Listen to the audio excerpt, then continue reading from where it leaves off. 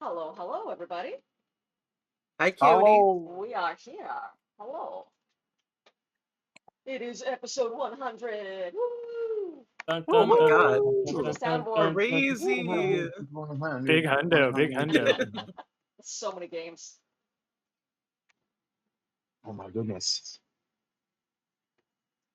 I'm gonna put that in the Discord. I'm gonna post a bunch of. Woo. Yeah. I think it is appropriate to post about that shit. That's crazy. Yeah. Hector says we Yeah. can be heard, so all is well. Hell yeah. Welcome to Yay. every all and sundry to episode 100 of Trash Heroes. Wild. My So goodness. many games. It remains the D&D stream where we recount the epic adventures of a wildly improbable collection of horrible creatures known as the Trash Heroes. I've said that 100 times and I still screw it up pretty much every time. Our players, of course, wonderful collection of internet-based art makers, and please check out their cool shit in the upper right-hand side in the little Over box. there. Follow them on Patreons and social medias and otherwise support your local artists. By local, of course, I mean global because it's the internet. Also, Without further ado, thank you for what's up? 100 games. Thank I raise my order to you. you. Yeah. So many good games. I raised my iced coffee to you. Yep. Huzzay. Thank you, Lane. Yes, Yeah, thank you to without our incredible dungeon biologist. Heck yeah. indeed Cooking up so Dungeon many fun Biology stories and is the adventures. best It's been one. awesome. My prize And for you is many awful puns. indeed, and in fact, speaking of prizes, in celebration of episode 100, Alina's putting together a sketch card to go out to all the subscribers this time. We're not rolling Yay. for nothing. Now everybody gets one. And All Hell of the I yeah. subscribers just can get this finished little putting sketch together card. sketch cards to catch up on all the ones we're behind. So I'll be sending those out after game. Fuck yeah. Yeah. Oh yeah. Okay. So without further ado, let's meet the characters. It is first up, large in life pit fighting superstar. It is Oogna That's me. Sugartusk, Hey, and that's I got my names your back now. whole I'm name. actually Oogna Sugar Tusks. Next up is our trickster cleric, rogue baker, and all-around party animal, Tromlin Darioles. So tired. Then there's I the wonder wild why. magic streaming sensation, Morgan the Fairy. Now we got to figure out what I'm going to say. Absolutely, we do. But for now, thank Morgan you the all for Fairy. your various dedications. I love having all your eyes on our games. And finally, our sweet old grandpa, who's also accidentally an ancient warlock, Uh-oh. Copernicus Sunshine. Horrifying catchphrase. When we last left our heroes, having broken Oogna's fairy curse so she regained her names, Ooh. the party celebrated into the night with their Wahadi friends in the deserts. Morgan reattuned her magic items, giving her ring of jumping to Oogna, which caused some consternation as Oogna promptly misinterpreted the gesture. After Copernicus spent the night chatting with the Leonid elder Melkoi, telling him about the various prophecies and magical threats in the far desert, including this mythological figure Shukekza, it was determined that the party should speak with the Council of Satraps in the great city of Karazm. And so in the morning, the camp was struck and the caravan set off. Over the next few days of traveling in the cool dusk and dawn, sleeping in tents in the heat of the day and resting late into the night, the group had lots of time to think and discuss what they knew, reviewing the prophecies and Glorpa's visions, the Fey contests of the North, including the Raven Queen and the cult of Ravenfall, Shukekza and the visions in the desert, the Seeing Stone that they stole from Kashi the Deathless. During these discussions, Copernicus had a Nat 20 revelation, realizing why the Raven Queen has been taking such an interest in Tromlin, that she is likely seeking to poach him from the Seelie Fae he belongs to, who seems to be the Fae that is Morgan's father. It's uncertain how the contract binding Tromlin would be broken, but the Raven Queen must have something in mind. Yikes. Morgan's wild magic during the Arcana checks caused her to suddenly age 8 years, although being a fairy with a fairy lifespan, it was not clear that anything had actually happened. There's no visible effect. Eventually, Tromlin settled into working on attuning the seeing stone known as the Clue to himself on orders of the Raven Queen until one morning the party spotted another caravan making for the same mountains, bearing a great palanquin. After some charming diplomacy, the group was introduced to the caravan leader, whose name, by the way, was Prince Zarud Tufan Shen, which I have added because Tufan Shen, well, I'll just say Tufan is Farsi for storm. And you can probably guess what Shen is Farsi for, since his name is Zarud. And learned that the procession was journeying to an emergency meeting of the council. And while Copernicus was telling the prince of the dangers posed in the distant deserts of Ix, a voice suddenly came from the palanquin, and an ancient speaker of Ix trotted out, shushing Copernicus when he mentioned the sorcerer of House Marin, aka Kashi the Deathless, and proclaimed that this party must be brought along to see the council. At which point he tottered back into the tent on his palanquin, and that was where we left it. Look at this! Look at this brand new character sheet. It's all shiny. There's no bird Indeed. bites in it. We'll see For how long that. now, Yeah. yeah. 3 digits hit points. Yeah. Yep. You and Trey are almost It's identical strong. now. I think you. Yeah, we are. I think actually you are. I think he has Yeah, 103 and you have 103. We both have a strength of 20.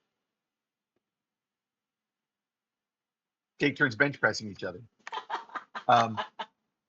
Actually, they probably do. So yeah, you having summarily been told that these people must come with us to the city of Karazm, and then he totters back in, bonks somebody with a stick again.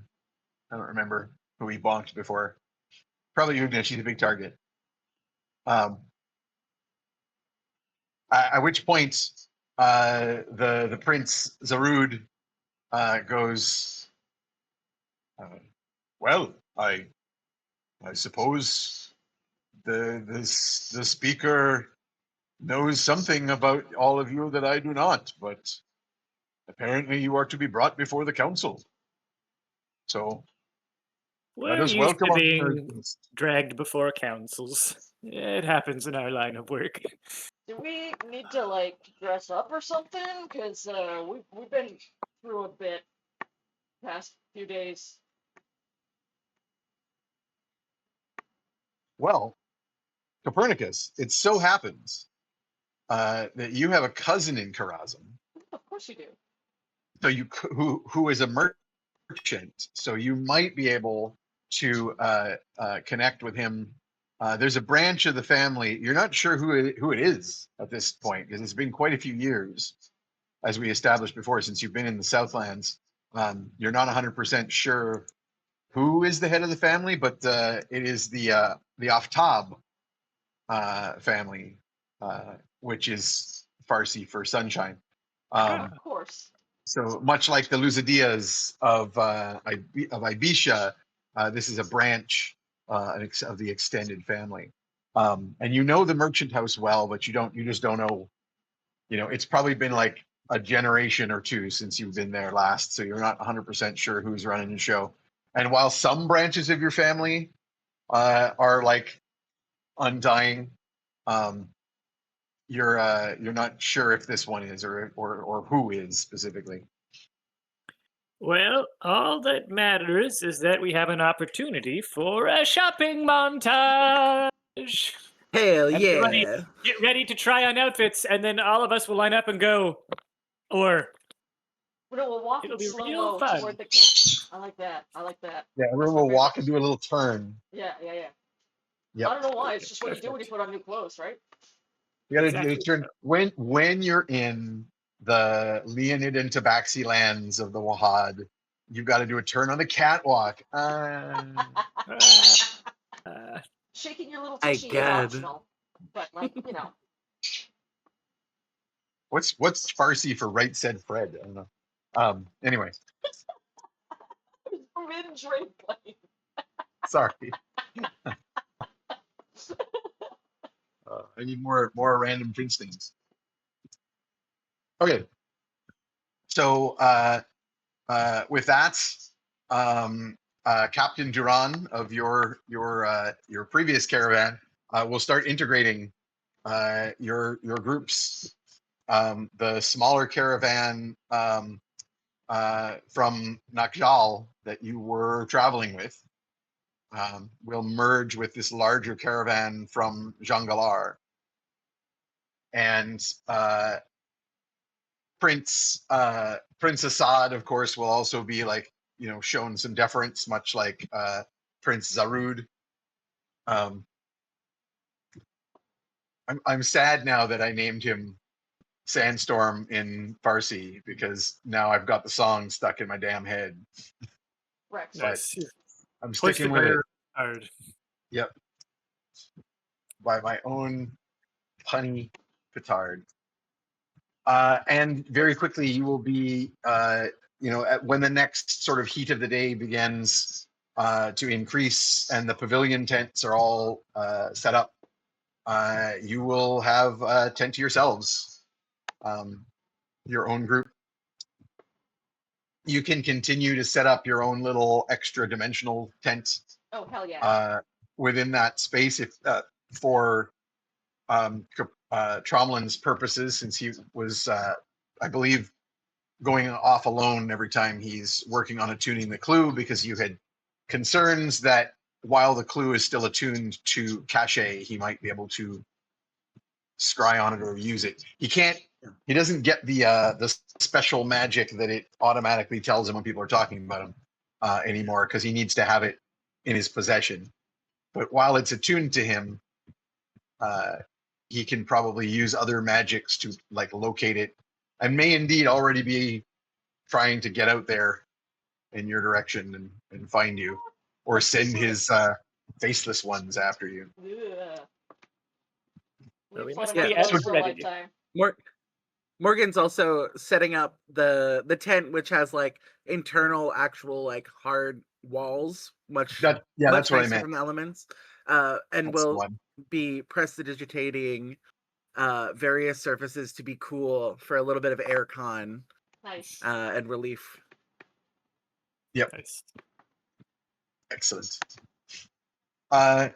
So during the heat of the day, Tromlin is once again sitting down with the clue to work on trying to attune this to himself and break the magical hold. Is he that finally is trying on. to get a clue? He's trying. He's trying so hard. I'm surprised it took this long for that Yeah. one, frankly. Yeah. Yeah, I'm too, to be honest. Now I've got the theme from Clue stuck in my head from the Oh, film. that's a deep Dun, cut. dun, dun, dun, Yeah. dun, dun, dun, dun. Shout out Tim Curry. Yeah. One of his best films. Yeah. For real. And as the sun reaches its zenith, as you're sitting alone apart from the others in a pile of pillows, doing this ritual chanting that Copernicus instructed you, so you can try and speed up this process of breaking this legendary hold. You will feel almost like the tension, the snapping of some ropes or rubber band under tension in the magic, as the previous attunement hold on this artifact breaks. And immediately I'm going to claim that black token that's on Oh boy. his I'm character. gonna jump us back over so we can see that disappear ominously. Is you Pernie wanna remove- around to notice anything happening? Because Pernie was going to drop a scry spell on Cache the Deathless as soon as the clue is like fully broken from his attunement. Yikes. I would say you're not yet, because this is happening kind of instantly, but also because of the scrying possibilities, you guys were having Tromlin do this alone. So at the Yeah. moment you're not handy. You're not like far off, because you were, when this succeeds, you're waiting for Tromlin to go like, hey, it worked, so you can immediately do that. Yeah. But instead, Tromlin, the world fades and vanishes from around you. And you find yourself good. in that familiar, darkened forest in the Feywild, with that campfire, with the hulking form of the cloaked, hunched lady at the fire. The Baba Yaga, also known as the Raven Queen. And I immediately bow because that's stupid. and she says, "You have done well, little satyr. The first step is complete. Now you must claim this artifact, that you may use it to thwart the Deathless One's wishes. But in doing so, you will also help me. Do you wish to do this thing?" If I was a problem player, I would say no to fuck up everything you plan on, Lane. But I'm not. I have alternatives. I'm sure you do. But also Have realistically names, at this Lane.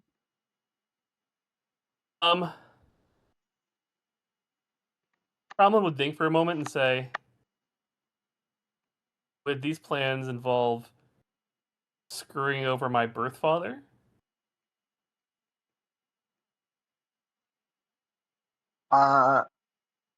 Actually, I was gonna. Interesting. As we talked about last game, like he's aware of what's going on. Yeah. But you said your birth father, which is not the Fae. That's true. Your birth father is the Baron. And so she will say, "It might indeed." And what about my true father? Because I will be blunt with you, madam. I hate them both. I know this. It is why I am willing to help you. So I will ask again, do you wish to do this thing? Show me the contract to sign. There is no physical contract to sign because this is a fairy situation. So you just need to have agreed. And having spoken the words, you feel like a tingling. And suddenly you feel a weight on your shoulder. And you kind of like poke and look down at your neck, and your raven tattoo is gone. Actually, no, we'll say that the tattoo's still there, but instead of the tattoo climbing out and coming off of your body and forming your little wooden puppet son, there is a black stylized raven, as though very, very realistically carved from wood. There's a black raven. The mask markings are still there on the beak. It's clearly Tinkertap. Except now he's like an actual body of a great raven. He has wings. He begins clacking his beak delightedly, and now he says with a raven's croak, "Father, father, thank you, father." No. Clack, clack, clack. Still not the most threatening child I have. No, that's true. Yeah. It's just not. Just genuinely not the worst. I scratch behind his would-be ears, his ear holes, and then I lift him and put him on my That's shoulder. the yawn button. You scratch a bird around the ears, they can do a big yawn. And so Mhm. yes, so while everybody's been leveling up, you are gaining a level of warlock. With the Raven Queen as your patron, and the Raven Queen's first level warlock gift is the Raven avatar.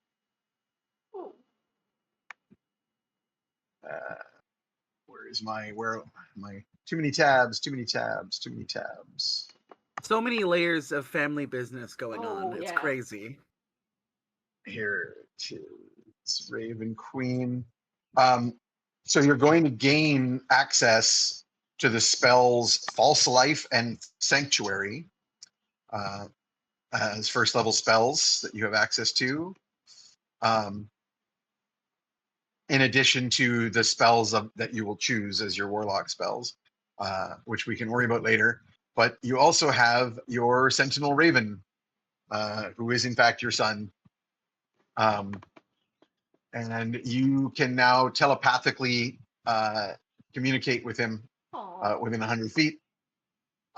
When he is with you, you gain dark vision or increased range dark vision. I can't remember if you already have dark vision. I don't think you do. That would be weird for a satyr to have dark vision. Yeah, to I be don't think honest. satyrs get dark vision, so you'll have that now. And you can perceive through your raven. I didn't even know this. You get your charisma modifier bonus to your perception checks. Oh God, Now your perception just went up by like 4. a lot. Yep. And so you can see and hear through your raven within 100 feet. So you can send him off to spy for you. Wow. And also, it doesn't sleep. So anytime you're asleep and someone tries to come get you or do something, your raven will wake you up. Aw, this is Nice. definitely family outing now. Yep. So that happened. And from there, having sort of sealed the contract, having spent a glamour, sorry, wrong game. The Raven Queen seals the deal and says, "You must attune the clue to you now, and when you have, you may use it to pierce the veils of the deserts, as the Deathless One has, and then you will see what it is he seeks." Thank you so much. I appreciate your kindness, mistress. I will do as you say. When you have done this, I would ask that you return my eye to me, because you will recall, Absolutely. yeah, that the clue is also known as the Eye of Baba Yaga. I will endeavor to return it as quickly as I can, as I would prefer it in your possession. And for the first time, she will lift her head, and the hood falls back somewhat, and you can see that instead of the hunched, hideous crone that you would expect to see of Baba Yaga, there is instead this gigantic, beautiful woman, fairly similar in looks to Nightshade, but obviously a different person. But the Raven fairy themes are very much there. But she is missing an eye. And you can also tell that her eye, the one eye that is there, is larger than would normally be in a human head. And the gaping hole where the other eye is missing is larger still. Tromlin is fighting his baser instincts. Do you Um, have to though? He loves You a tall not lady. Do you have to fight your instincts? I feel like this is an okay time to give in to them, but that's just me. I don't know the proper etiquette in this situation, and Well, there's a power mean, imbalance. But yeah, like so a lot of deals are sealed with a kiss. It's not Yeah, uncommon. get that quill in the company ink. I will cheerfully, in an appropriate courtly manner, kiss her hand and then back off. How about that? As you do so, a little smirk sort of appears at the corners of her mouth, and she will begin to fade, like the smoke and shadows of the fire start to engulf her. But as they do so, as she's sort of disappearing back into the mist, you will hear rustling in the woods around you, and a number of dark dryad-like creatures are going to start slipping out of the shadows, sort of like animated shadows of dryads or of beautiful girls, basically, start slipping out of the trees. Glowing yellow eyes, the majority of the facial features, and they start kind of dancing around the fire and holding their hands out to you. I joined. You gotta tell me twice. They will ply you with strange dark drink, and get pretty handsy. I think we can just cut the black on that. That's fine. Yep. Everything's assumed at this point. I don't.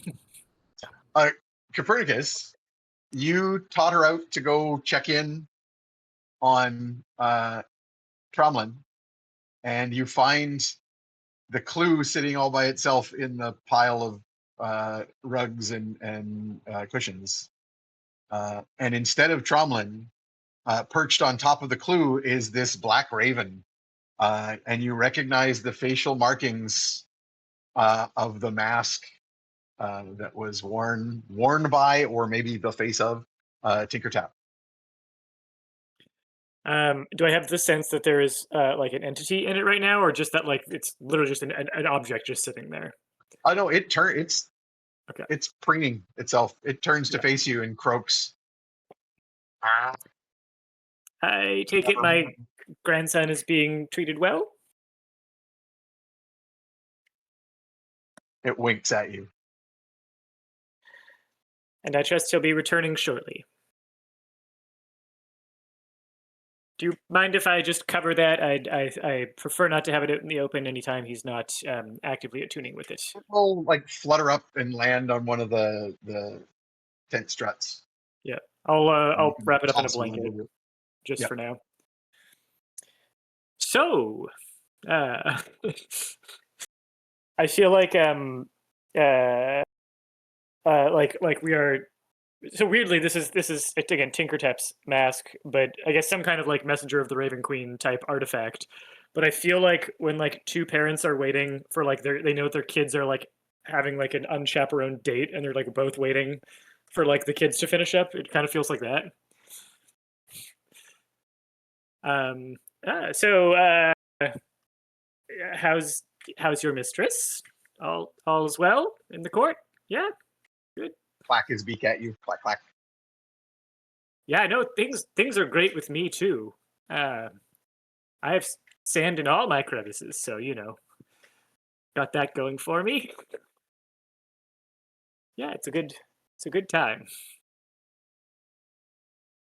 Are you just going to wait around for a while, or what? Yeah, I think Pernie's gonna just like whistle to himself with the driest lips, and really do like awkward killing time.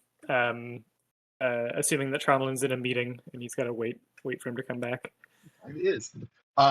So I think the Raven will largely just hang out and like preen and act like a normal Raven. If somebody else comes in or comes along, it will sort of fade into the shadows and disappear. So, not to be all like, did you read my email and stuff? But did you guys get my email? About the whole patron thing. Just curious. I mean, I'm a bachelor late in life, and I'm looking for new experiences. So if that works for your mistress, I just thought it's worth a conversation. The runes on your bucket are throbbing. Metaphorically. Yep.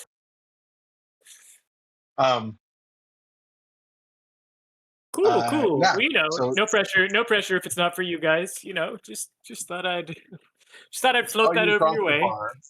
Just thought I'd put my keys in the goldfish bowl, as they say. Just in case. So that's cool. So Tromlin, eventually, you fall asleep and you wake up in a pile of rugs and blankets. So I don't know if anybody else. So this is going to be like sometime later, like during the rest period. I don't know if anybody else wants to do anything while Copernicus is waiting, Morgan and Oogna, or just rest, get some sleep. I was hoping to try and socialize a little bit with the people in the caravan after we set up our tents and stuff. Just getting to know them would be kind of nice, but it's hard. The the two people that I would trust to lead those social interactions are both occupied, and I can be a bit of a raging bull in a china shop, but in the idea, not the practice. Oh, thank you, Kaitu. I just saw the hearing. We could do a funny bit where you ask me for like oh, like what's the etiquette here, and like Pernie sends it back in like brief in text format, and then you immediately misinterpret and misapply it. We could do a bit like that. Oh Feel like yeah, actually. we got Um, hijinks potential here. I think I would actually like to get the ball rolling on where we might be able to do our little shopping montage. So I'd be like, hey, Hoogna, you seem to like be having fun working out with these people. Do you want to help me chat them up a little bit? Because I wanna see if I can get some new clothes in this area, and maybe magic items would be cool too. But so yeah, I'll head to like a little communal area where people are hanging out with Oogna. And I'll even arrive a normal-ish size. I'll use my little daily We're enlarged. Yep. to enlarge and kind of tuck my wings a little bit to be less obnoxious in a closed tent space or close gathering space. Hey, hey guys, do you mind if we join you? How's it going? The response is great. The word has spread that you are some sort of important magic people that the speaker has taken on as guests. So as you walk up to this area, as I was saying before, there's a mixture here of gnolls, leonids, tabaxi, genasi, these hawk-faced individuals that seem to be something between a beastkin and a genasi. The tall people with four faces. Just a very unusual mixture of kinds. People will jump to their feet and bow and be like, "Honored guests, please come enjoy the tea." They have hookahs going. They have tea and coffee like drinks. As they're all sitting, people are like nibbling lightly. The main meals during your travels have been at night, because like in the absolute heat of the middle of the day, it's appetites aren't particularly high, but everyone makes an effort to nibble some things and make sure your energy is kept up for the trek. So yeah, people will be quite deferential. You're like, yes, as it should be. Yeah, we were just wondering. I've some of our party members have ventured out and know people out here, but I've never been to this part of the world. So I was wondering, like, what are some of the cool like locations or like events and stuff, or like favorite shopping markets maybe. And I want to use one of my skills, reverie, um to get some extra info if I can on the local area or where Sorry, we're which going to. skill? Revelry. Adventures, Oh. social gatherings. Right. Probably be more useful in town. That's true. Oh, sorry, your feat, your revelry feat. That's what Yeah. I was thinking of a different of one of the. I was thinking of one of the seer power racial abilities, which you also don't have any. So advantage to locate social gatherings or savers. Yeah. So reveling without exhaustion, obviously not relevant. But advantage to locate social gatherings. Yeah, I still think that would be more relevant in town when you're looking for stuff. But I guess what I'll do is go ahead and make me a socializing type roll here. I guess I'll consider that a persuasion. Or no, performance makes more sense. I'll do the same for you. And basically what you'll be rolling here is applying people for information about Karazm, where you're going, and like, yeah, where's the market and what kind of shops do you like to go to? And you're just getting some advanced stuff here. So make the roll. 17 plus advantage. 8. So 25. Oh yeah, people will happily tell you of, different merchant houses, places where the best silks can be purchased, or the best, foods, the best, other textiles. And I want to kind of throw out some of my little hand signals to see if there's anyone in this community that might be part of my little club, my little social club. Interesting point, and I'm going to give it a percentage chance.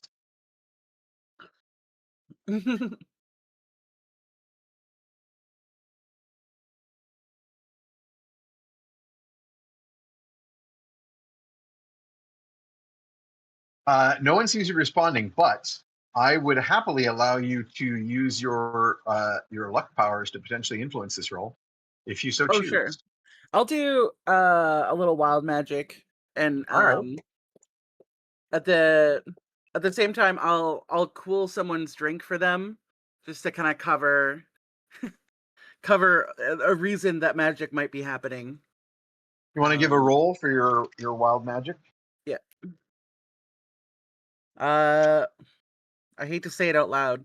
67. Jeez, amazing. Wow, what are you upset about? That's great. 15. Wait, did you say 6? No, please, Or... please. The 7th of 60, and then and then you have your second option. Okay. 15, yeah. So the 51 is you can't talk for a minute and pink bubbles. No, it's 15. Sorry. Oh, 15. Okay. So 15 is hold person occurs, and you can choose the creature, but if you do not want it to affect anyone specifically, it can affect you instead. Where you would be held for a short period of time. The alternate option is a second illusionary copy of you appears, and it will run towards anyone that you regard as an enemy, and if there is no enemy, it will run to you and then explode and do like 3d10 force damage in a 20-foot radius. Guess we're holding. We'd rather be held. So hold person, who is it going to hit? I'm gonna turn to Oogna and be like, "Hey, can you hold this for a minute?" And then I will make it into a bit. And so Oogna will just hold entirely unmoving. Yeah. Holding the thing. And then you find yourself unable to move. And I'll go. So I'll give it to Oogna to hold. It'll just be like my cup as I like helps cool down someone else's cup, and then I'll reach backwards to grab it from her and then act surprised. Be like, Oogna, what are you doing? Oh, Oogna. You do get your wisdom save. Okay.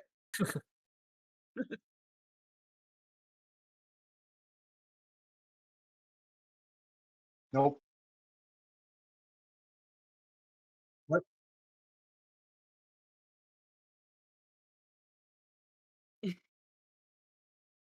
You literally can't move. Yeah. Um. And I'll look over, give a little chuckle, and then bring out a little notebook and I'll be sending a message to Pernie and be like, "Hey, Pernie, could you secretly let Oogna know that I accidentally paralyzed them, and that it will be over quite soon? I'm just gonna make a little tee-hee about it, and then I'll do various gags with Oogna, where I'll be like, "Oh, I'm so sorry. Is she in your way? Let me just," and I'll use like I'll use my telekinesis to like pick her up and move her over to make room for another person to sit down beside me. Um and you know, She's try and roll beyond it. the mage hand weight. You would need to actually use something like vortex warp to move her. Um hmm, I think I'll do it for the bit, honestly. I want to show off. I think it's Not in a fun. fight. We're in a party of people that are all very friendly, so I'm not worried about like wasting spell slots. I'll use a little vortex and be like, "Oh my god, you know, sometimes she just works out a little too hard. She's been sweating. Let me just," and I'll snap my fingers and vortex warp her to a slightly different spot close by, and then put a little cool cloth on her head that I press the digitation. Pernie She will goes somewhere. exactly 60 seconds later catch on to what's going on and be like, "Oh, Oogna, you might find yourself a little bit paralyzed," like right when you start moving.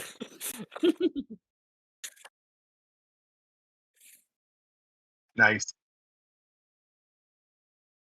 Yeah. Oh, it's a new Wait, glute strength workout where you just don't move at all for 60 seconds. I was just afraid that someone might panic if I froze and couldn't do anything about it. It might look too, yeah. Might just look a little too weird if I did it. Sorry.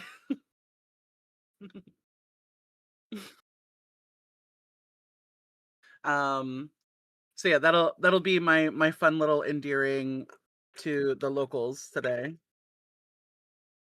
Just a little bit, you know. What's your wisdom save Okay. DC? Because you make me want to hold person. No. No, not me actually going to look at my character sheet and confirm. Please. I'm not So, gullible. um, with that change of luck, one of the sort of bluish metallic skinned hawk faced individuals in the crowd here will respond to your gestures with a similar sort of you do like a recognition gesture that's just like basically who dis, Yeah, and yeah. then you get one back. Just like, oh, like, got any buddies out there? Got any fellow Kingsters out there? Yep. And I'll give them like a little like nod that we should like chill out later. Maybe have a chat. I'm assuming you're going for a specifically let's talk, not a because like Not a the hookup. usual symbol is like, Actually are want you it. part of this club? Because upside down pineapple or whatever. No. She wants to make like valid connections. She wants information. Yeah. Information, possible resources, possible safe houses, you know, if anything goes wrong. Yes, indeed. Okay, so you like how soon do you want to have this conversation? Because they'll respond. Because remember, this is like equivalent to a language. Mm. There is some subtlety to it. Like you can't necessarily have a full conversation, but like you can share Yeah. a lot of shorthand info. So like, yeah, short answer, yes, there are. The cult is in Karazam. For the audience, because it's been a while. This is the Mhm. cult of blood sugar sex magic. That A social Raven. club, a social association It's a social of club. of mostly magical folks who share similar interests, in the sex arts mostly. Um, yeah. So I'll just go. Oh, like we should chat later. I'd love to see what the vibe is. And I'll just give like a tomorrow, like we'll chat tomorrow response. Yeah, they'll let you know that there is a scene where you're going. Mm. But there is a scene in Karazam. There's not as much of a scene in Jangalar, which is where this caravan has come from, and there's only a few cult members. Even though it's a large caravan of many people, there's only him and a couple others. Mm. Cool. Yeah, I'd love to. I'll just sign that we'll chat later. Because also if there's not very many people and people don't seem as horned He'll up, ask then I if don't you want want to. to like meet the others. He'll basically ask, do you like when you say you want to chat tomorrow? Do you Mhm. want to like gather up the crew here? And Oh yeah, that'd be great. then he'll reach out to the others and set that up. Sweet. Because yeah, I want to like ensure that we can actually meet up and have like a secure place. Because again, if we're coming Yeah. from my spring courtier ass possibly outing a bunch of like secret kinksters, then I don't want that to happen. Find a nice The quiet spot. Yeah, and just to remind you, the cultist background that you have here allows you to use the resources of the cult in any major population center. So, like the main way that you've used this in the past is to access like a safe house, but you can potentially, get financial resources and other things that are available. Sweet. Okay. Meanwhile, Vernicus, you're just standing there staring, waiting, Whistling. Yeah. watching the raven preen itself and vanish into the shadows whenever anybody else comes in. And after a while, you hear kind of a little bit of a moan coming from the pile of blankets. And you sort of like lift the blanket that you had thrown over top of the clue. And you will find a somewhat groggy Tromlin. Smelling like Oh. tree sap. Oh, hey, little buddy. How you doing? You have a meeting there with the Raven Queen? How'd that go? A few meetings actually, but yes, I did. Stand up, Oh. stretch. So do you want the good news that might be bad news? Yes, please. I've joined the family business. Oh, that's wonderful. Your first time is as long as it's with someone that's special to you. That's really what matters, and I'm so glad that you. It sounds like it was a positive first experience. Yes. She said I need to finish tuning this, use it, to help us deal with the deathless, but then she wants me to return it as it is her eye. Oh, okay. Well, yes, I think if that sounds great. Well, congratulations. You're a man now. Shake your hand awkwardly. Now, listen, you're going to find some changes. For some people, for me, it was voices whispering the dark secrets of eternity. For you, it might be the shrieks of ravens in your sleep, but all perfectly normal. These are all perfectly part of your changing body of work, as it were. So yeah, if you wow, you know what? That's just so great. If you have any questions at all, don't hesitate to ask your old grampy. I will. Thank you. I can The explain, raven the will like devil's in the flutter down themes, and as land they on your say. shoulder. What was that, Lane? The raven will flutter down and land on your shoulder. Scratch behind His his black ear hole. beady eyes. Oh, so you two are I'm so sorry that it's very very nice to meet you, and I'll extend a finger to like shake the raven's Oh, you've met him. This is Tipper Yes. Tap. Yeah, I know. Here's my Just son. not in this not in this capacity as your familiar, I take it, or something similar.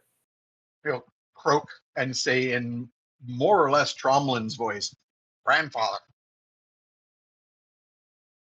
with that raven working of the throat as it mimics. Yeah. Adorable Great. and terrifying. Oh my Yeah. god. Love that. Love that. That's great. There's a brief aside. There's a video out there of a mimicking magpie that some woman in Eastern Europe was posting, that she feeds this magpie and it comes to her window, and its favorite little noise that it just makes is a child's laughter. It sounds Oh God, no. exactly like a little girl laughing happily, and it just like opens its little bird beak and works its little magpie throat, and Yeah. joyful child at it. Yeah, all the video comments are like, You've befriended no, a fairy. Yeah. you should stop feeding this Fae. This is bad. Yeah. I mean, Yeah. now you're too late. You're Yeah. the trap. Yeah. You're in it now. You're in it now. Get another drink. So how are things going with the clue, Tromlin? I guess that would depend on the game master who just left. But I mean, it seems to be going okay. I'm almost there. You felt She's it very right. Like it's no longer attuned to Kashi. yeah. It's It no is longer now attuned to the no one. previous owner, so Oh. it's one less problem we have. Interesting. I might take the opportunity to take a little peek at where he is then, because if he is moving on our position, we want to know that. So yeah, hold tight a moment, and I think Pernie's going to cast Scry for the first time. So this, I'll take this as confirmation then that you are picking Yeah. up for your new spell. Yeah. All right. So the target gets a Wisdom saving throw. Just so you know. So Yep. that's the major issue here. Now there are Oh. ways to penalize that. But Yeah. So I have an an object that once belonged to it, so that should help as a form of physical connection. And it doesn't know guess the casting the spell anymore. Even though it's no longer attuned to him, I will give you the possession penalty. Yeah. So you've met him, so your knowledge is at a 0. You don't know him extensively, but you've met him Yeah. in person, because he didn't know it. Well, no, he even came in at the end of the fight while you guys were fleeing. So like, you were there in the same room with him while he like yelled angrily at you. Yeah. So I'll give you the 0 for that. Garment or other possession, I'll give you that. He's held the clue long enough to have attuned it to himself for a time, so that'll be a -4 to his saving throw. Okay. My spell DC. I think you forgot to update it when you set the updated character sheet, so it's now an 18. With my proficiency. Sorry, what is? My spell save DC is now an 18. It shouldn't have changed because I didn't increase you guys' professional bonus. I kept you at 3. Oh. Yeah. Okay. I just finished updating my character sheet for all that. Okay. Yeah. Sorry. It increased to 9, so I assumed. Okay. I upped you on the 9th level, but I kept proficiency at 3 rather than 4 because you're all very well built around skill checks as it is. Okay. So I'm going to leave that for now. Okay. So that doesn't change. So your spell save DC is 17.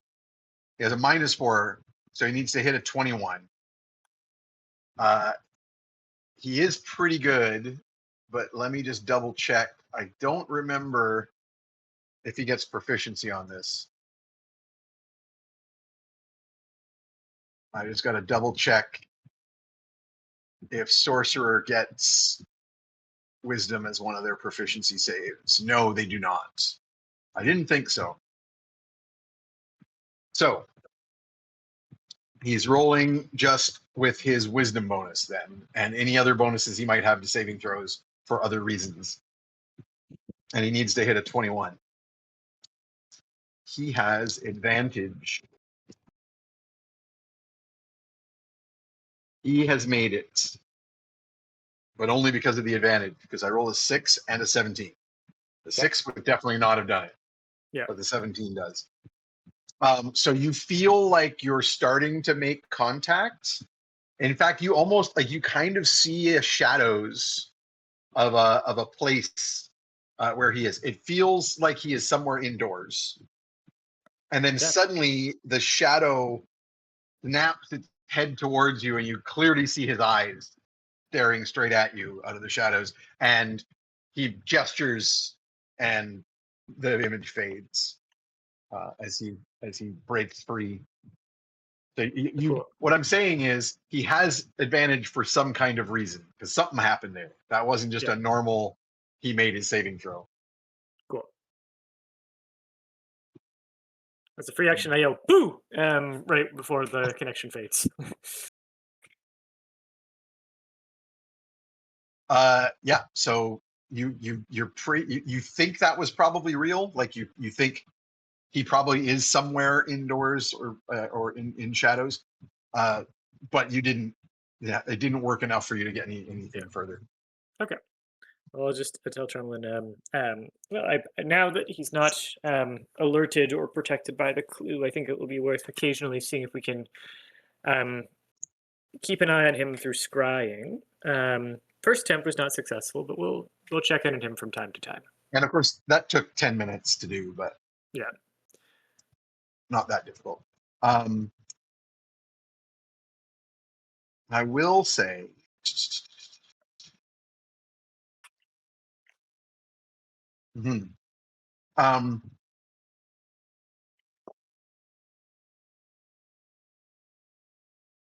yeah. So that you can't use this again for 24 hours. Is the response.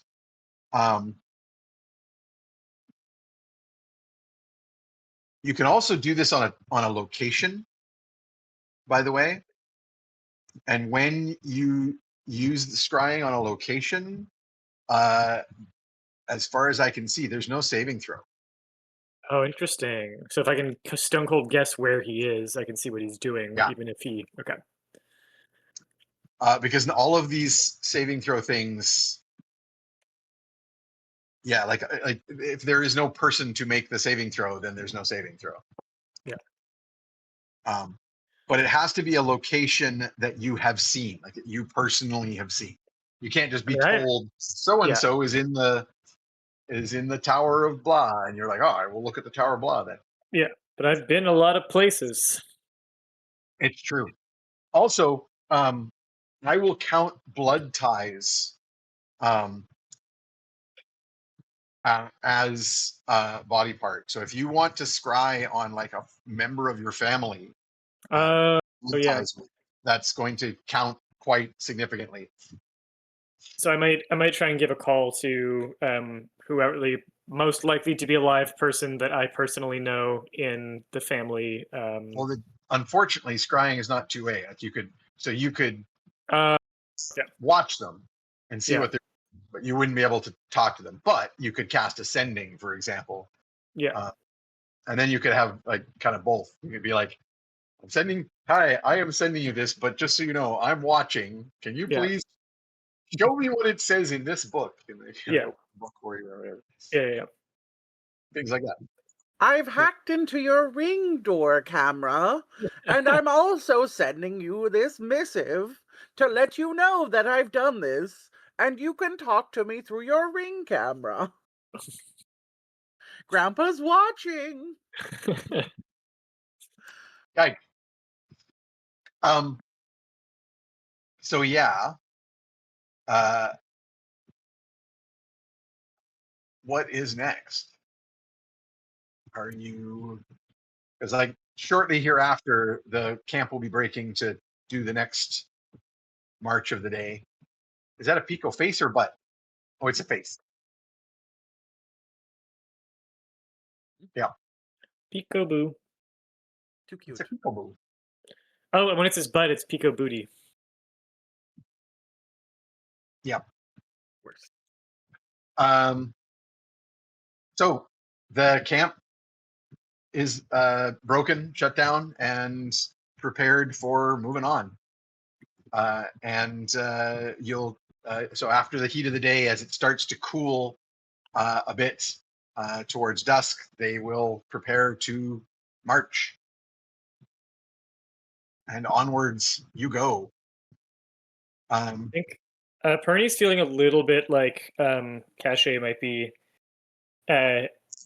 like about to strike soon, because this is kind of his last chance to like. I mean, I know that he can still scry through other means, but like this was his last chance to really have a good sense of where we are, and if he wants to get us before he loses us, now would be the time to hit us.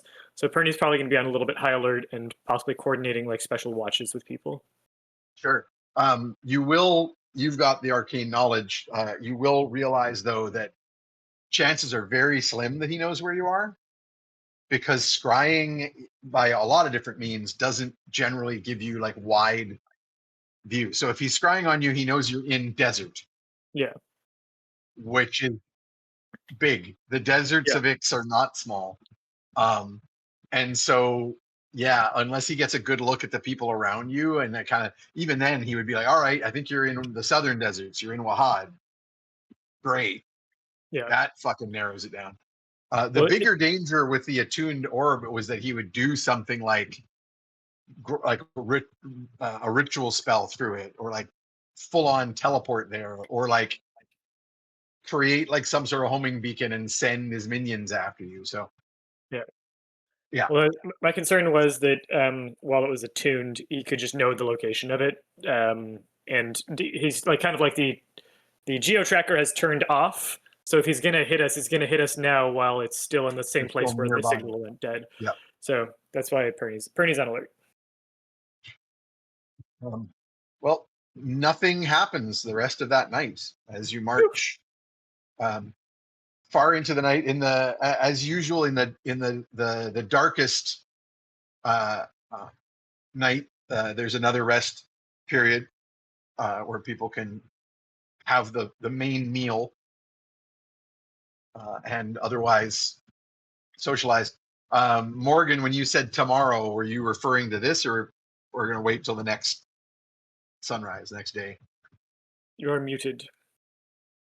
Yeah, I wanted to go to the party and go, hey, I know we've been like kind of shaky with stuff going on. So I kind of found some people from my little community, and there is like, some of them active in the city we're going to. But there's also like a few of them here, and I was hoping to like kind of meet with them in secret. I was wondering if it'd be okay if we use if you guys want to be introduced, cool. But I just wanted to chat with them and see what's going on locally. And I don't want to out any of them, so I just wanted to use the tent. Yeah, just put a sock on the doorknob and it's all yours. Sweet. Yeah, I'll set the word out, and when. So Morgan, and Oogna, you can't help but notice the giant raven on Tromlin's shoulder, because that's new. And this is not a place where you've seen a lot of birds other than like far off, like raptor types. Is this vultures. What's Oh, this is is my son. He changed shape.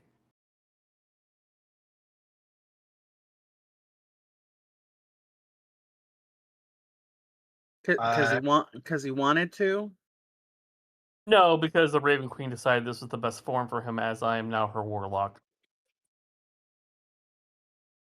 Watch this. Watch this. Hey, Tromlin. Eldritch Blast me. Do it. I felt like an apple on my head. I will not be doing that. It's a good Come question. on. You'll have to Oh, pick God. your warlock cantrips and determine if you're going to take one of the classics like Eldritch Bolt or something. But now I'm curious. But I now I dare want to. you. I dare Come you. on. Come on. We're all safe Double here in dare the him. tent. You know. Double dare I- him. in fact, I will triple dog dare you. Eldritch blast Look, that I little haven't- apple off that guy's head. I swear. I haven't It'd be- decided my spells yet, so give me a day, then I'll blast an apple off his head, okay? Yeah. Sweet. He said he'd do it. As you know, a warlock's pact is binding. Yeah, Oof. I've heard that rumor. Like, did you read the? Did you get like a terms of services sort of thing, or No, it was those pretty scrolls much are? just... I think he was There was serviced. literally no terms of service. There was just like a, hey, you want to do this? Sure. Specifically, if I could go after our fathers and ruin their lives.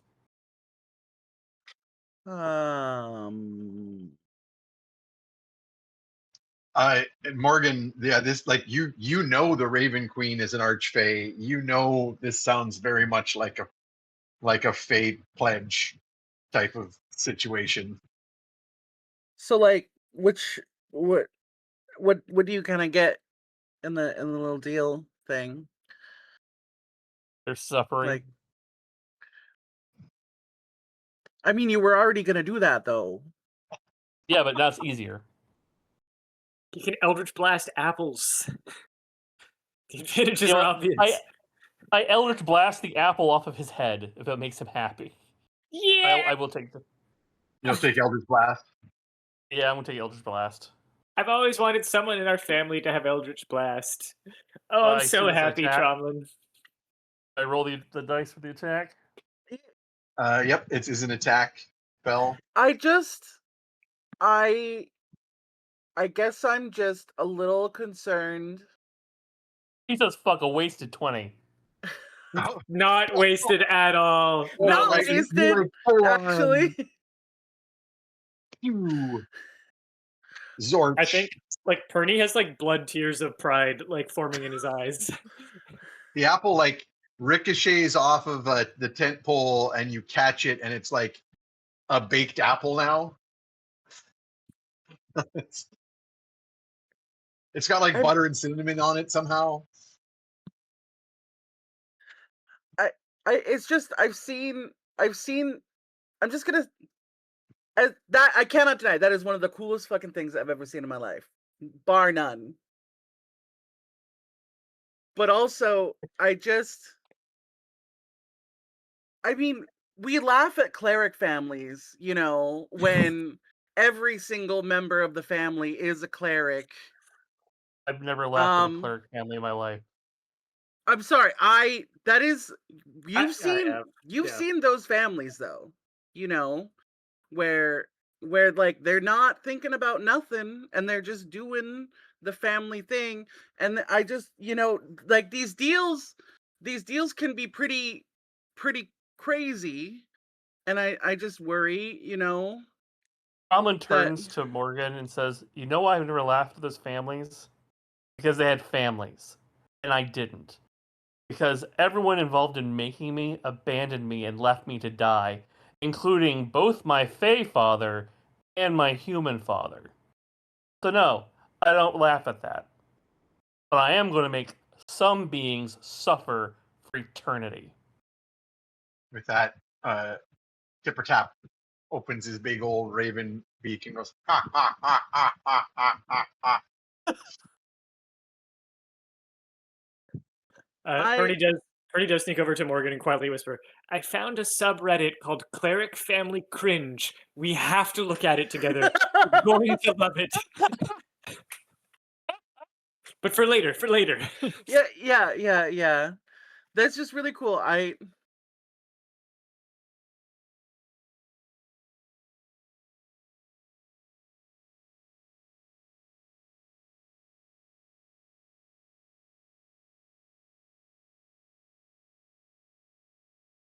Thank you.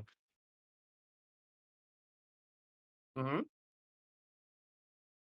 Yeah. I mean, He's well, pretty the sick. ones that don't try to eat us. God, father. God.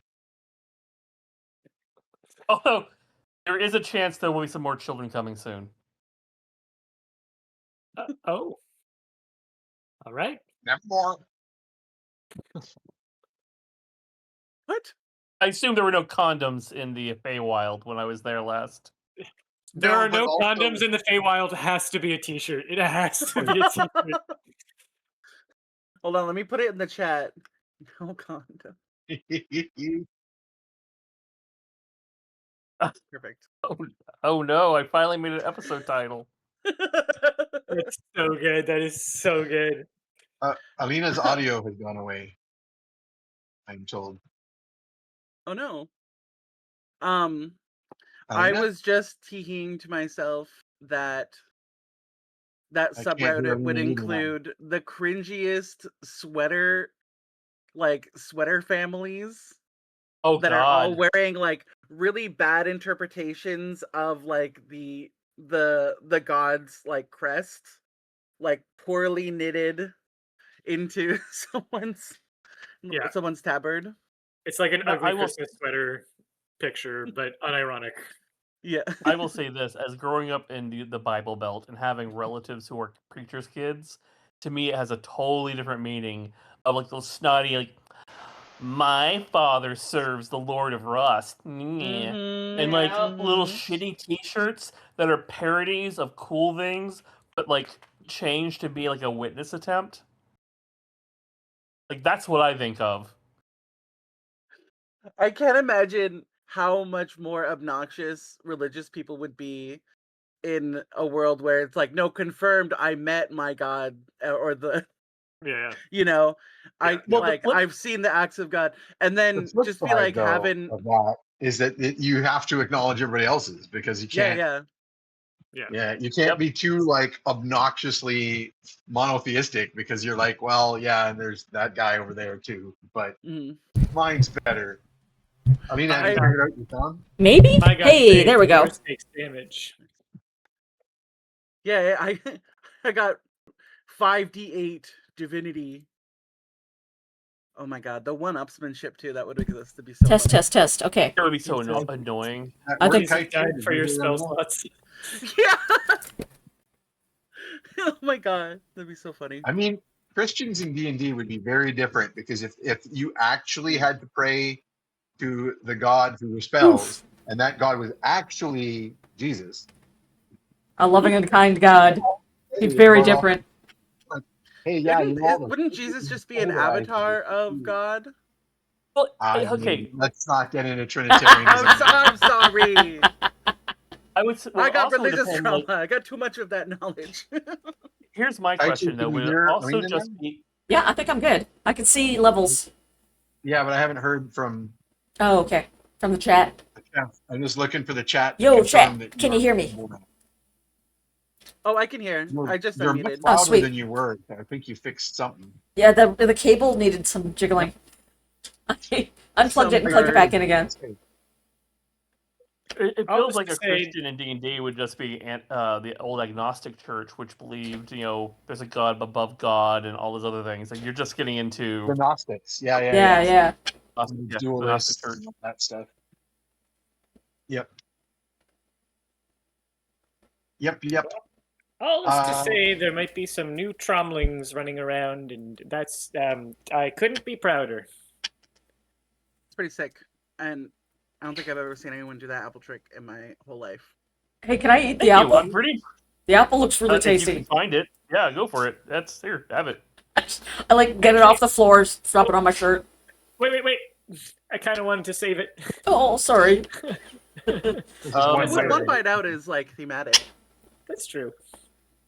Never forget, Lane, do I get bonus spells for my charisma bonus? No, but you get a bunch of spells, so you'll have to choose your what is it? 1 or 2, I can't remember, starting spells. You'll have to Yeah. choose an Eldritch Invocation. You'll have to choose your 2 starting Warlock's first level spells. And then in addition to those, you'll get False Life and Sanctuary. Well, I and then chose you'll my also two pick- cantrips. So Cool. What are you going for the 2 cantrips? Eldritch Blast Um, and poison spray. Poison Spray. Nice. Nice. Nice. Make everyone a little sad.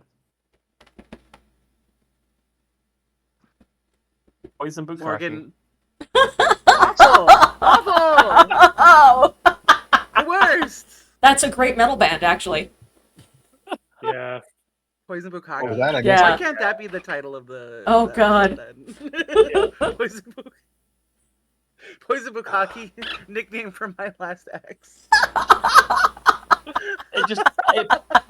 It puts an image of the spitter dinosaurs from Jurassic Yeah. Oh Park. God, yeah. Oh, Like they're yeah, dropping, they're just dropping their pants in a circle around Nedry. yeah. Worst. I thought it was like a penis that had foreskin that flared out like a little lizard Oh! frill. Oh no! No! I didn't even catch what started that whole thread, and I'm like, Hey, everybody, thanks for tuning in for 100 episodes of Aren't this. you all glad I have Yeah, audio really. now? I could animate welcome it. to 100 Unfortunately, episodes I of this. could animate that. No. It'd be They so call that a- awful. They call that a semi-gorgon. No! Wait a minute, I have a pencil. Okay.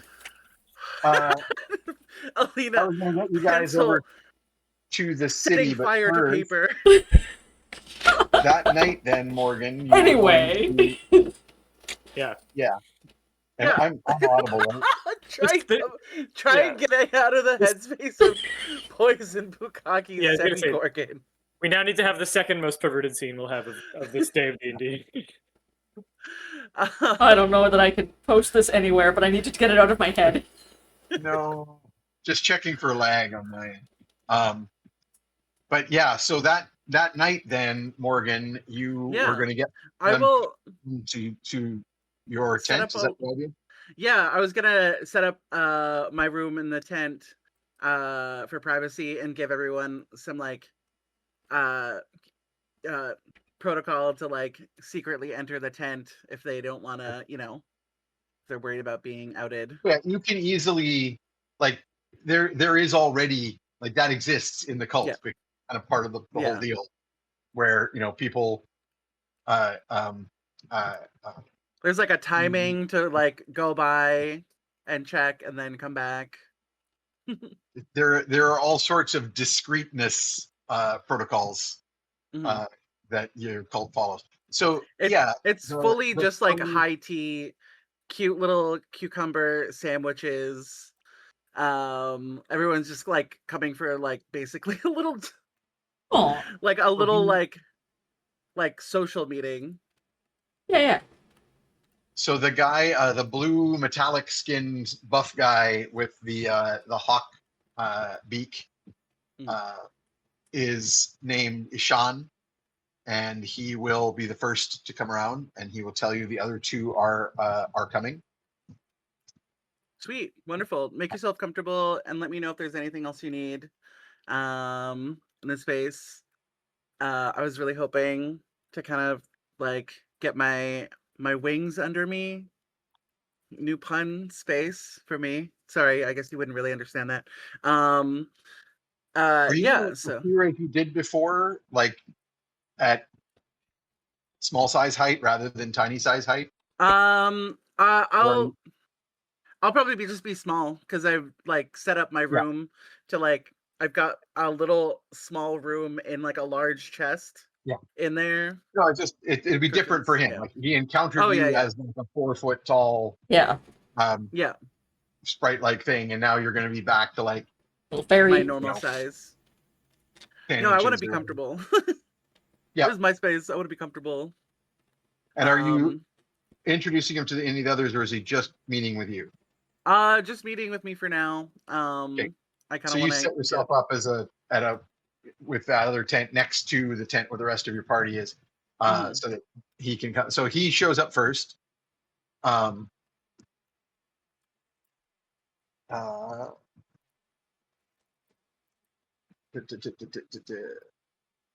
a short time later, there will be a female tabaxi. She is white furred with like lots of fluff. She's kind of short and voluptuous. She's clearly a Persian, right? Of course. Of course. Of course. And she's like super cheery. Her name is Zara. And then the third one will be a red-skinned fire genasi woman who's kind of like her head is like on fire type thing instead of hair. And her name is Syra. Cool. So Ishan, Zahra, and Siren are the three of them. Thank you all for coming by. I wanted to like connect with people in the area. I am coming from the northern lands. And obviously, there's a lot of fuckery going on. So I just wanted to kind of connect with people and see if there's any like safe spaces where we're headed. And see how y'all are. Ishan will tell you that there is a decent sized cult cell in Karazm, the city that we are going to. Many of the members in Karazm are wealthy. They have there is several safe house locations. Okay.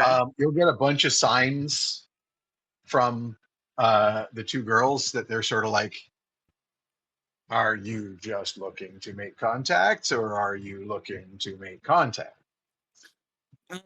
I'll sign back. Just like social and business contacts right now. Thank you. Yeah, because there'll be like some like, how much flirtation am I going to do here? Oh, okay. Yeah. She's all Right. business right now. Mostly terrified. Oh. But yeah, we have really been through it. Lost a lot of our contacts in the dark northern cities. Worm attack. Fucked everything. Syra will tell you. Syra has been of the three. Only Syra has been to Karazm, but like a lot of times, and she's very connected with the local scene, so she can sort of tell you, what things are like. The cult is very. Oh no, your character sheet already bitten. She'll tell you that the cult operates very quietly in Karazm. There's a very much a culture of anti-impropriety in some of the northern cities of Wahad. Not all the cities of Wahad are the same, but in the north there's a bit more. It's not like religious fervor, because there's like in any D&D city, there's a whole bunch of different religions. Yeah. And Karazm's a very mixed city, like a lot of the Wahadi cities. So there's no like one dominant religious or group or anything like that. But there's sort of a general culture of like what is and what is not, sort of acceptable behavior. and so the cult is exceedingly discreet there. So Ooh, they'll give yeah. you those warnings. Just Okay. Would you happen to have, or would you be willing to kind of guide me and my party in some of like the more common social interactions? I am definitely a bit of a loose cannon generally, if you couldn't tell. So I just don't want to fuck things up, honestly. But also, some of our party members here a little awkward. well, I mean, it's about propriety, right? So it's like Mhm. it isn't like, oh, if you don't follow the local customs, you're Mhm. gonna get stoned or something. Mhm. It's more like if you use the secret sign language, like up back home in Ravenfall, you might be like, hey, you in the cult? Yeah, Mhm. let's get it on, and like immediately make out with them or something, because Yeah. public display of affection is not necessarily unheard of Yeah. there, and you've used your sign language to make it seem like, oh yeah, we totally know each other. Mhm. This is not improprietous. But that wouldn't be, even if you did know the other person, you just Mhm. went for like public, you know, PDA stuff, yeah. Bobby for tongues, would not Grinding would in not, the club. yeah, people would be like, what the hell? So everything is like sort of kept to the appropriate venues, Okay. closed doors Cool. kind of thing. Like there's even uh Thyra will tell you that like there's a temple to, I don't remember all of the D&D gods, but Mhm. like a Dionysian type god. Like there's a temple to them, but it's like utterly, you know, under wraps. Like it's Yeah. on the surface, it just looks like a temple, and there's like priests outside, and they will take donations and all that stuff. And Mhm. anything crazy going on is like well behind closed doors Yeah. and not out in public. All right, cool. Um yeah, and other than that, y'all got any cool goss about what's going on in the city? Yes. I don't know. Neither of them have been there recently, like in the last few days. Mhm. They'll tell you a little bit about how like things are kind of crazy right now, because there's um, the Northern Raiders have been like raiding more and more, but also the the clashes. There's always been clashes with Ibisha, because Ibisha's like, we'll fight everybody because we're the God's chosen best empire. Mhm. But lately, it's gotten like there's a full on conflict happening Mhm. between Ibisha and Wahad, which is crazy because the Ibishans are fighting the Dragonborn at the same time, and like it's, you know, it there's been noise that they've been shut down trade with the Northlands, and that they might be attacking there, and like it's insanity. Like even with the imperial might of Ibisha, they can't fight wars on all fronts. Mhm. Um, so everybody's sort of like, what the hell is happening there? What's going on? Um, and so it's making people nervous, because uh, there's increased conflict on the borders with Zaru in the south, where, you know, bandits from the jungles come out and raid. And then there's always been the raiders in the desert. When you get out into the deep desert beyond the empire of Wahad, or the you know, the satraps, there are nomads in the desert that have always been raiders. Um, they're generally referred to as the Ravagers, as a general term for people that do this kind of thing, raiding from the deserts. And there's been increases in the Ravagers attacks on the fringes of the empire. And so it's making everyone nervous, because while you're maintaining a full-on conflict with the Empire of Ibiza, you're not well suited to be fighting off lots and lots of random attacks from the surrounding territories. So the council has met a bunch of times over the past year to deal, initially just to direct the war with Ibiza, but increasingly to sort of deal with these threats, because at some point they become existential, right? And the way that the Council of Satraps works, every one of these city-states has its own satrap. And so one city-state might be more vulnerable than others. And you end up with a satrap from the interior or from the mountains being like, yeah, we're not being raided though. So how much do we want to put our resources towards that? A white person don't experience racism, therefore racism isn't real. I've never heard this argument So, before in my life. Yeah, a lot of the goss and the current talk is about, what are the satraps going to do? Are they going to make some sort of capitulation to Ibiza and give up some territory in order to stop that war so they can focus on the desert raiders? Are the raiders working with Ibiza or with each other? Is there some sort of coordination happening, and that's why everything's been getting really bad? And just everybody wants to know what the satraps are going to say. And so it's well known in this caravan that they are bringing the Speaker of Ix to Karazm.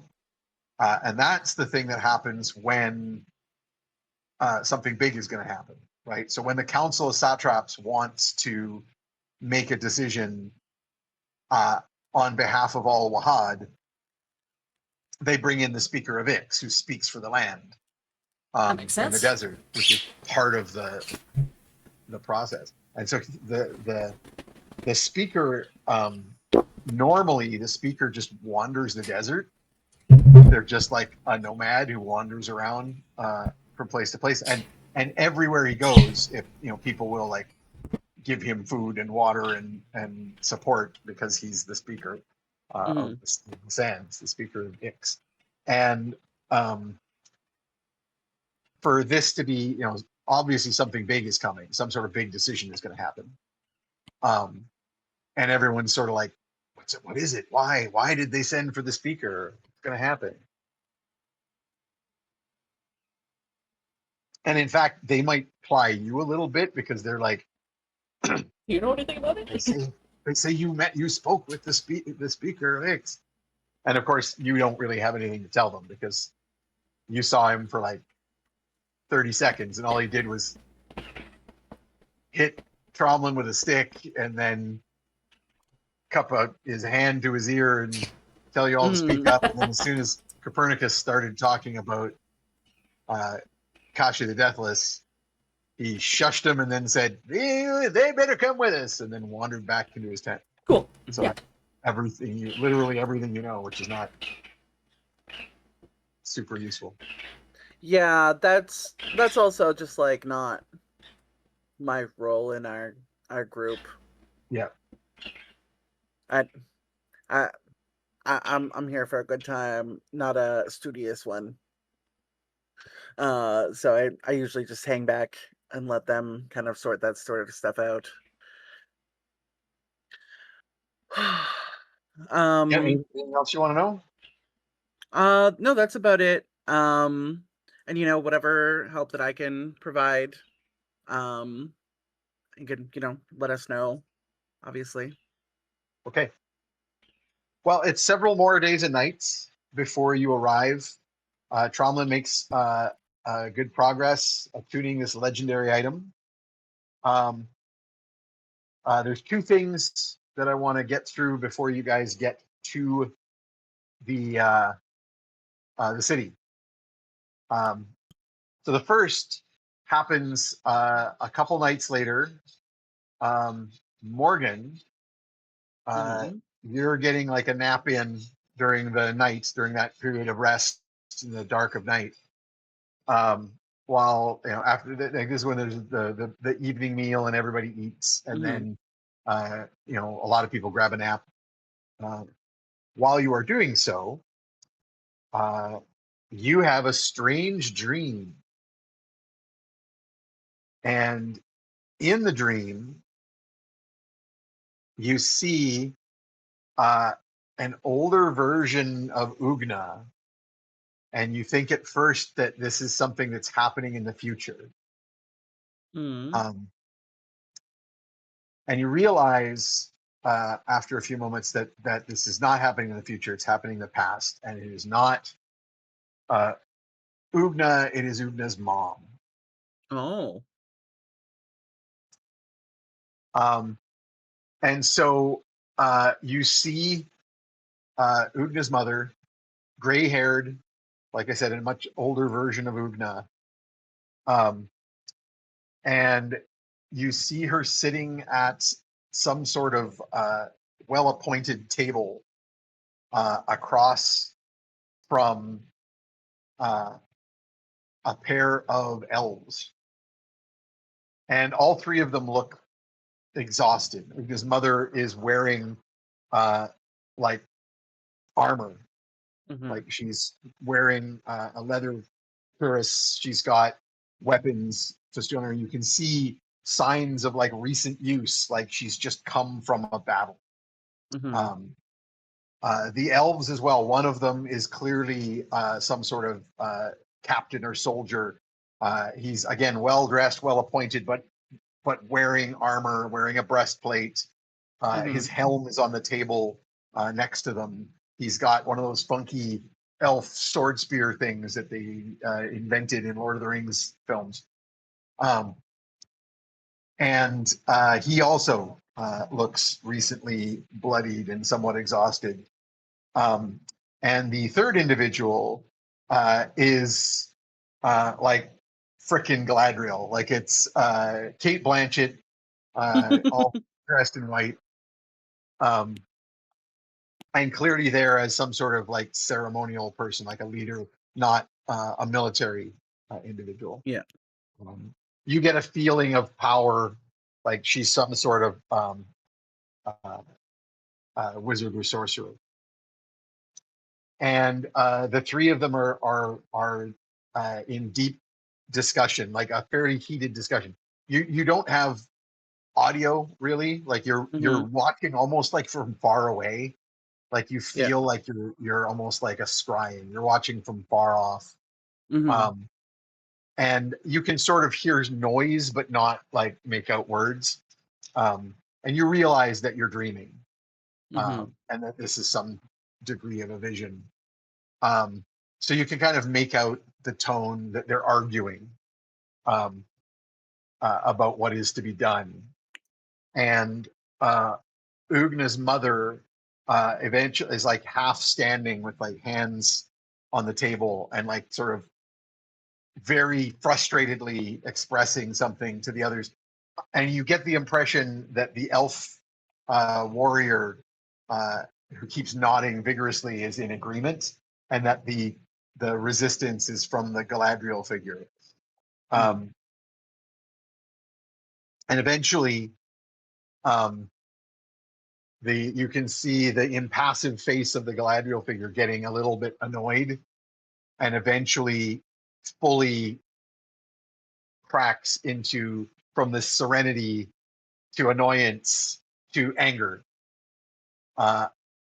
And she will gesture at Oogna's mother, and and out of nowhere, like silvery rope bonds appear and bind up Oogna's mother, and she like collapses to the floor.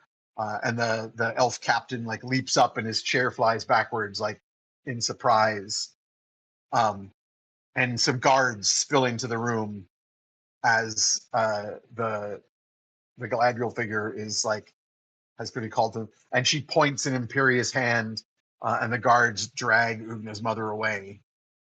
The elf captain just looks kind of stricken, and like both sad and hopeless. Hmm. And the imperious elf queen or whatever says something to him, points at him, and he sort of nods and bows. It's like a military heel click and bow, and then turns on his heel and stalks out of the room with some sort of purpose. You will see then this kind of fade, and you will see Oogna's mother in some kind of stone dungeon cell, sitting on a hard sleeping pallet, with her head in her hands, just looking also hopeless. And then now the sound begins to rise, and you can hear clashes of weapons in the distance, and you can hear strange howling noises, like beasts howling in the distance. Hmm.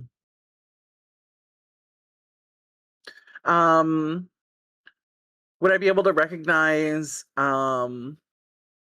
like by armor or by banner or by crown, like the family or You nation? you get so, like you definitely saw insignia Some, on the yeah, elf captain, but you don't know.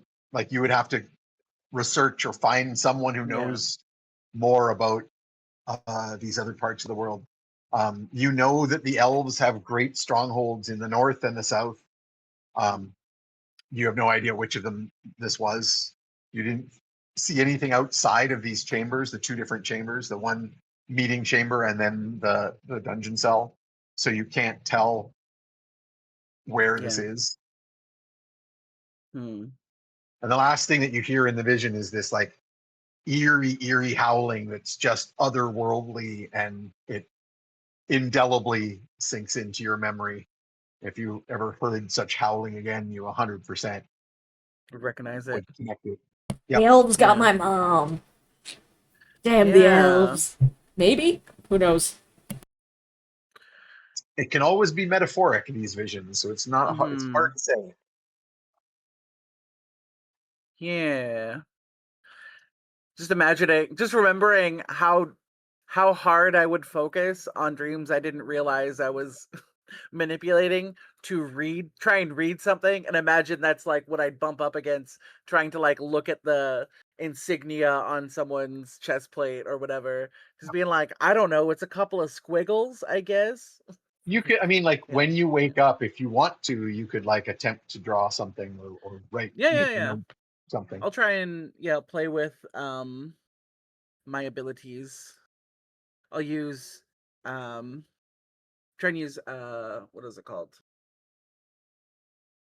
My little minor illusion to help me. Yep. And I guess that might be performance expression. Well, maybe when you try to recreate it for others, Yeah. we can deal with that. Okay.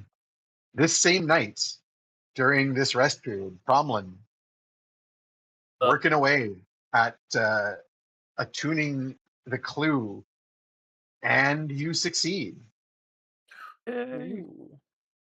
and you manage to Terrifying. complete the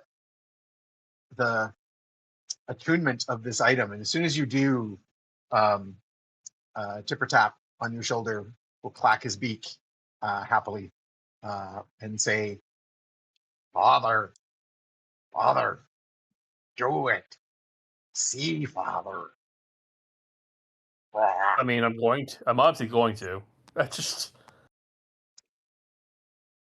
And it's like totally the scene of Pippin with the Palantir in Lord of the Rings, where like the energy is like glowing out and like engulfs your hands as you're hanging on to the orb and staring into it. And you see this like beam of vision, like you're moving at, like Mach speed through the dust and shadow of the desert, and you can see through it. Like, you can see everything. Your vision is, you can see through the dark. You can see perfectly. the vision that the lady has granted you to see in the dark, and you go careening out through the deep desert. And you remember this. You remember something very similar because Morgan had a vision,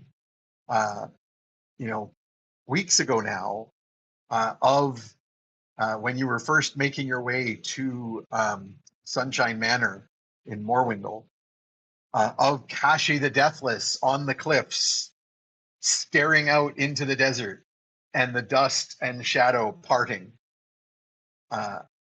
And that is happening in your vision. And so you go like farther into the desert than you could have imagined, because of course the deserts of Ix are vaster than anyone has ever mapped. And at the end, just like in Morgan's vision, there is this great black stone monolith rising out of the desert. Only this time, instead of ending the vision there, your vision goes to the base of this great stone, where a completely seamless doorway of some sort appears out of nowhere. A crack opens, and the absence of light pours out, or the light of the desert pours in. But you see the crack of shadow, and as the door opens, black on black, your vision continues to penetrate and drives in until you reach a great chamber in which there is a huge black obsidian dais with a huge black throne. And sitting upon this black throne is a great black stone statue, a figure with a head shaped. God, I had decided, and now I've forgotten what I decided. I can't remember. Peter, do you remember if I described Shukekza's head before? I don't think you did. Because it wasn't going to be. I wasn't going like straight up set like jackal type thing. It was something else. But I didn't want to do the Bastet type thing either with a cat. What's a good choice Crocodile. here? Crocodile? Yeah, I don't know. That's Desert kind of flea? a little. Sorry, what was that you said? Desert flea? I didn't catch that. Desert flea. Desert flea? Mhm. Is that what you said? Yes. Did you not hear me? No. Like an insect? No. It's just like you said it. It was not a word I expected you to hear, and then through the headset, it wasn't Sand fleas. parsable. sand But fleas. yeah, sand flea. I kind of like that. I kind of think it is going to be an insectoid head. I'm kind of picturing almost like Umber Hulk now. Yeah, I found my notes from the last time you explained the vision of this place, and you just said an enormous headdress, 15-foot tall, god entity of shadow and death, wearing. Yeah, so it's got like a headdress with like a. You know what? I'm going to go full on serpent. It's got a headdress, like Egyptian style pharaoh's headdress, and the face inside is like frickin' James Earl Jones Thulsa Doom mid snake transformation, and it's all black. Like the whole statue is carved from black stone, and so it's like an obsidian asp's face, staring blankly and impassively out of this, and it's just this dusty, cobwebbed stone statue. And you immediately know this is what Kashe was seeking. Oh, good. On either side of the stone statue are braziers that have live coals in them. That someone has been here and there is maintained fire. And as your vision sort of draws back from this impassive stone figure, you will see a couple of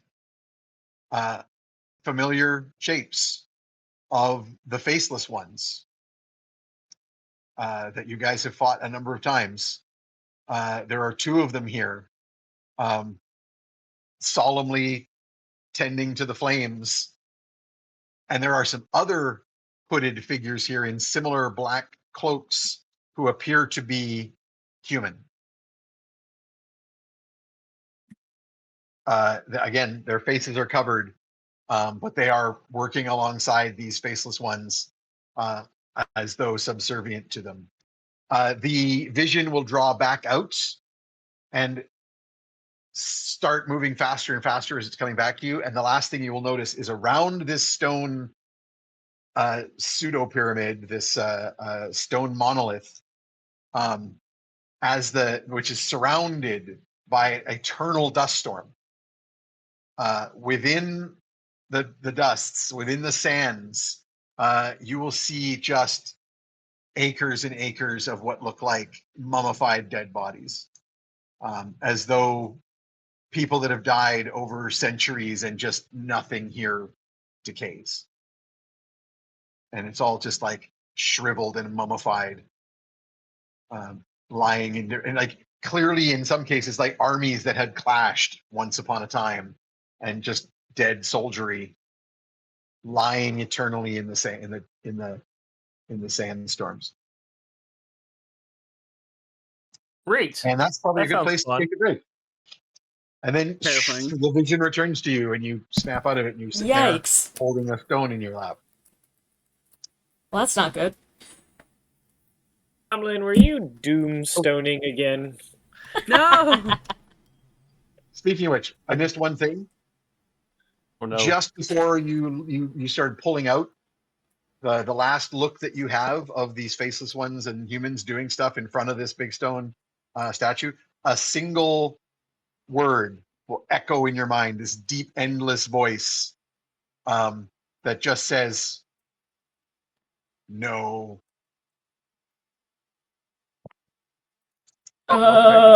Cool. And yeah, Yikes. back to you. So let's take a break there.